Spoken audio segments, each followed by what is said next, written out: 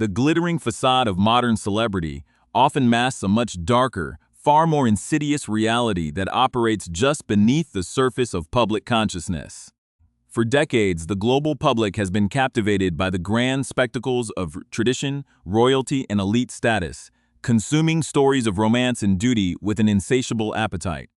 We watch from afar as individuals are elevated to the status of modern icons, their lives parsed through the lenses of high-definition cameras and the ink of endless column inches. Yet, behind the glamorous galas, the pristine public appearances, and the seemingly flawless narratives spun by media machines, lies a complex web of psychological pressure, systemic bias, and unrelenting scrutiny. This hidden pressure cooker does not just demand perfection, it actively thrives on conflict, vulnerability, and the gradual dismantling of personal privacy.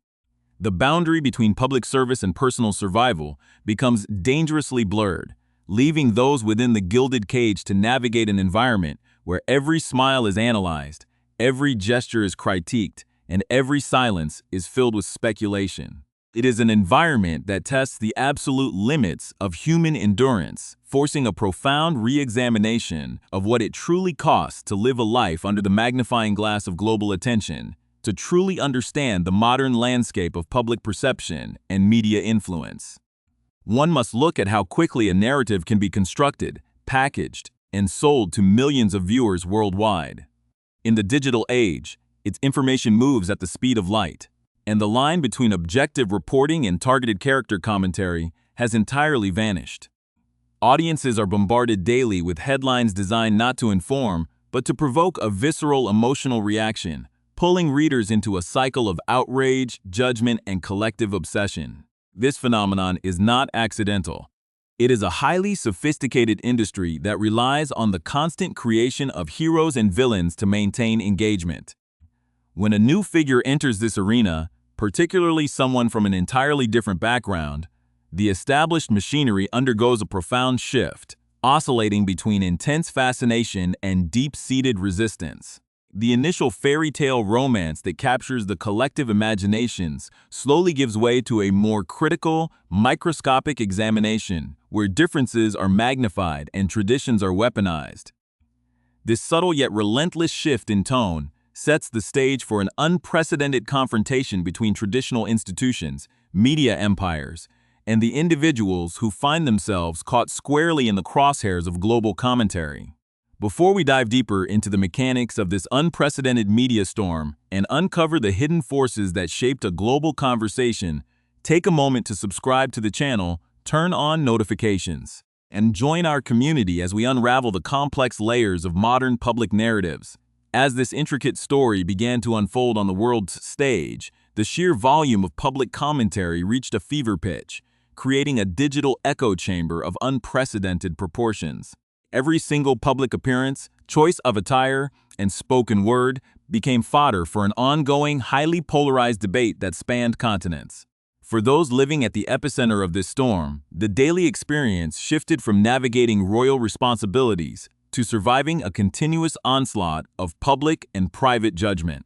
The compounding weight of these narratives began to take a severe toll, impacting mental health and emotional well-being in ways that the public, viewing through the safe distance of their screens, could scarcely comprehend. The relentless nature of the commentary, which frequently relied on deeply ingrained biases, cultural misunderstandings, and sensationalized framing, created an unsustainable environment. It became increasingly clear that this was not merely a standard case of celebrity gossip or public interest, but a systemic, coordinated phenomenon that challenged the very boundaries of personal safety and dignity.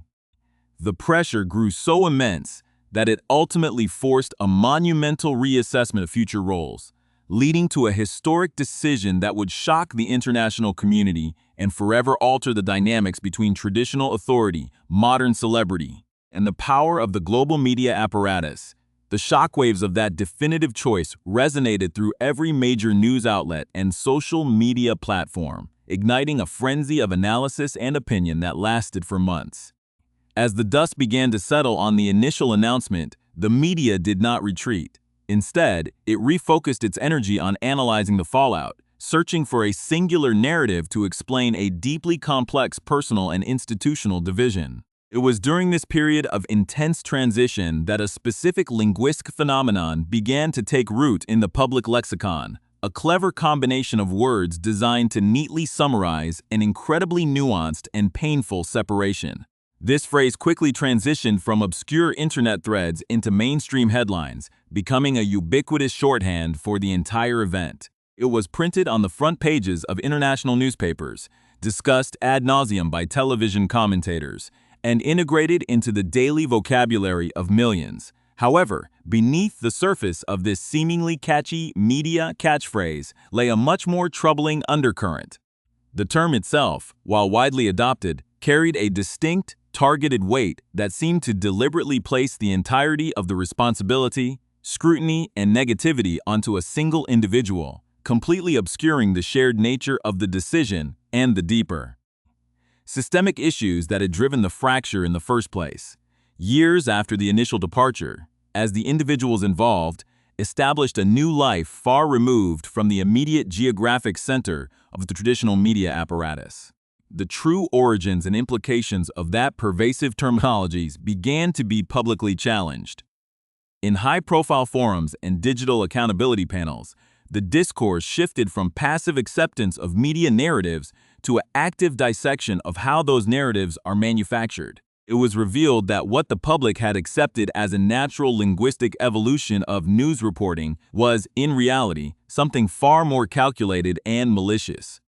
The phrase that had defined an era of public discourse was publicly identified not as an innocent journalistic invention, but as a weaponized tool steeped in deep-seated bias and deliberate marginalization.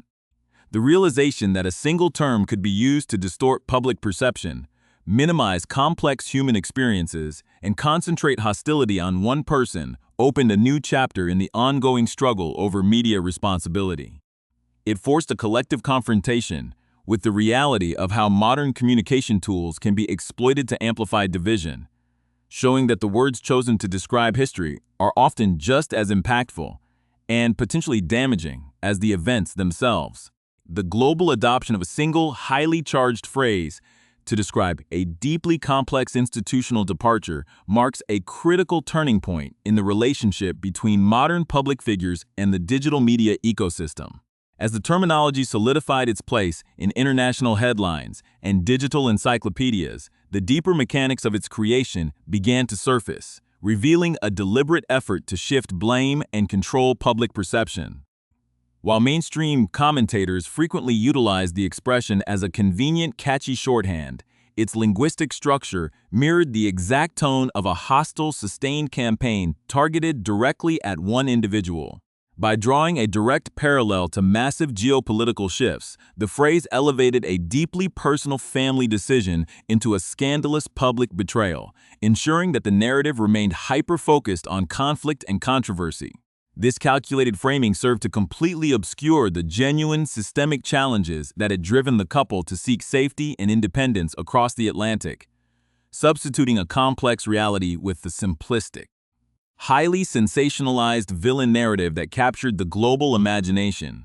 When the origins of this pervasive digital phenomenon were finally brought to light during an international panel focused on internet disinformation and media manipulation, the revelation sent shockwaves through the industry. It was publicly stated that the term which had dominated global news cycles for years was not the organic creation of professional journalists or cultural commentators, but rather the calculated invention of an anonymous online entity. This initial spark, generated in the dark corners of social media platforms, was subsequently picked up, legitimized, and aggressively amplified by traditional royal correspondents and mainstream media outlets. The process demonstrated a terrifyingly efficient pipeline of modern information warfare, where raw, biased online hostility is seamlessly integrated into mainstream public discourse under the guise of legitimate reporting. This revelation effectively shattered the illusion of objective journalism, exposing how easily traditional news structures can become complicit in validating and magnifying targeted digital harassment campaigns, transforming an isolated act of malice into a globally recognized cultural phenomenon The true scale of this coordinated digital campaign was laid bare through comprehensive data analysis conducted by specialized online analytics platforms, which meticulously tracked the flow of hostility across global networks. The resulting findings uncovered a highly organized, deeply sophisticated network of social media accounts operating with the singular purpose of generating, distributing, and magnifying negative narratives. This was not a disparate collection of disgruntled individuals expressing organic criticism.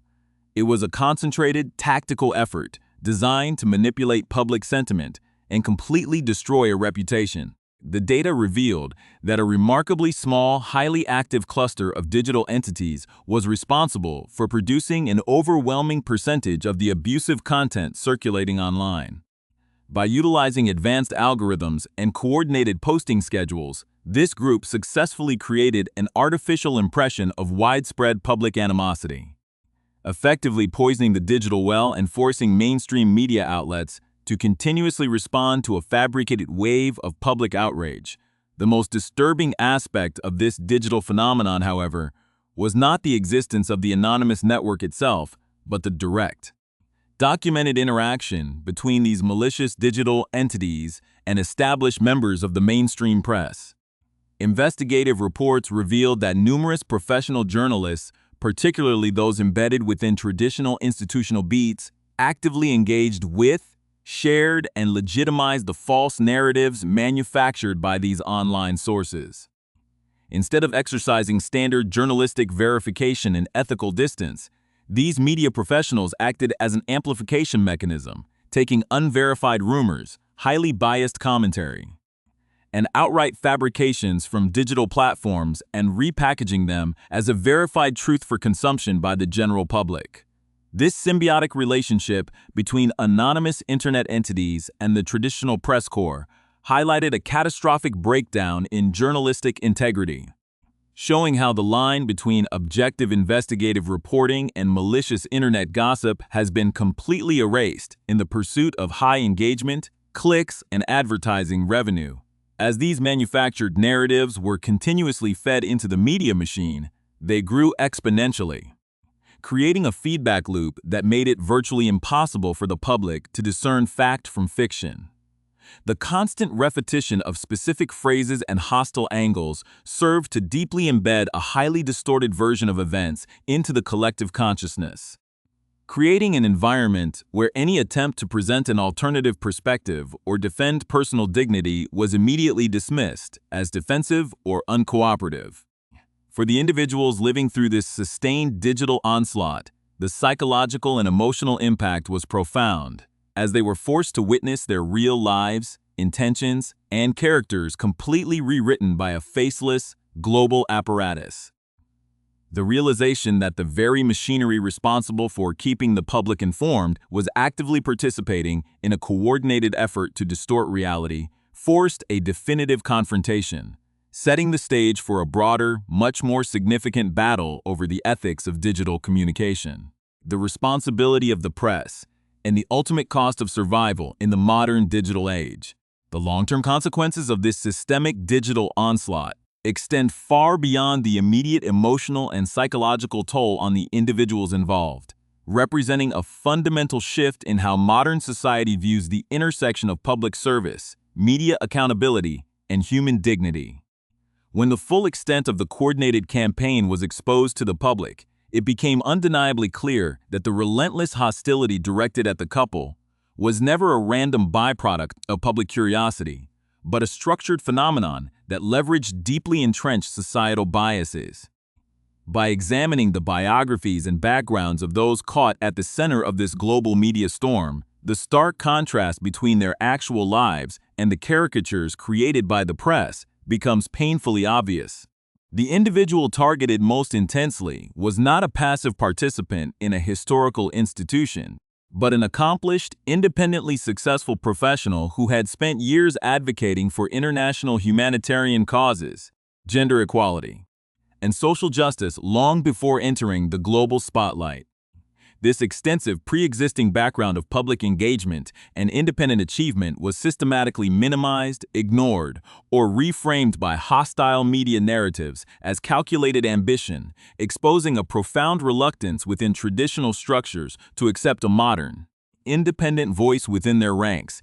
The deep-seated resistance encountered by the couple highlighted the immense difficulty of reforming or modernizing long-standing institutional frameworks that have thrived for centuries on a specific, rigid set of expectations. For the prince, who had spent his entire life embedded within this traditional ecosystem, witnessing the absolute refusal of the established machinery to protect his family from malicious fabrications, was the ultimate catalyst for change. His personal history, marked by a devastating childhood loss under similarly aggressive media circumstances, infused the situation with a profound sense of urgency and historical repetition. The decision to step away from official duties was not a sudden act of defiance, but a calculated, necessary measure of self-preservation, born out of the realization that remaining within the traditional structure meant consenting to the continuous, unchecked erosion of their mental health and personal safety. By choosing to establish an independent existence across the Atlantic, the couple did not merely change their geographic location, they actively reclaimed their narrative agency, shifting from passive subjects of a media empire to active participants in the global conversation on digital safety, mental health advocacy, and media reform. In their new chapter, far removed from the immediate geographic constraints of the traditional establishment, the couple has focused their considerable global influence on building structural solutions to the very problems that threaten to destroy them. Through the creation of philanthropic foundations and media production companies, they have championed rigorous academic research into internet safety, funded initiatives to combat digital hate speech, and provided a platform for marginalized voices worldwide. Their efforts have brought together leading global tech experts, behavioral scientists, and policymakers to dissect the mechanics of online radicalization and algorithmic bias, proving that the harassment they experienced was a symptom of a much larger, systemic digital crisis affecting millions of ordinary citizens globally. This transition from victims of a toxic digital environment to leaders of a global movement for digital accountability demonstrates a profound resilience, transforming a painful personal crisis into a catalyst for systemic cultural and legislative change. The broader implications of this historic confrontation serve as a stark warning about the current state of our global information ecosystem, where the boundaries between public interest, corporate profit, and targeted harassment have been completely obliterated. The weaponization of specific language, the unchecked proliferation of malicious online networks, and the complicity of traditional journalistic institutions present a clear and present danger to the fabric of public discourse. When media organizations prioritize engagement metrics and financial gain over ethical responsibility and basic human empathy, they cease to function as pillars of an informed society and instead become active participants in the destruction of individual lives. This case study demonstrates that no level of privilege, wealth, or global status can completely shield a person from the devastating impact of a coordinated, algorithmically amplified hate campaign, raising urgent questions about how society will protect vulnerable individuals in an increasingly interconnected and polarized digital future. Ultimately, the story of this historic institutional separation and the subsequent exposure of the internet lie machine is not merely a tale of modern celebrity conflict, but a crucial turning point in the history of public communication. It marks the moment when the hidden mechanisms of media manipulation were dragged into the light, forcing a global audience to confront the dark reality of the content they consume and share. As the public becomes increasingly aware of how easily narratives can be manufactured by anonymous entities and amplified by irresponsible media outlets, the demand for transparency, ethical journalism, and digital platform accountability continues.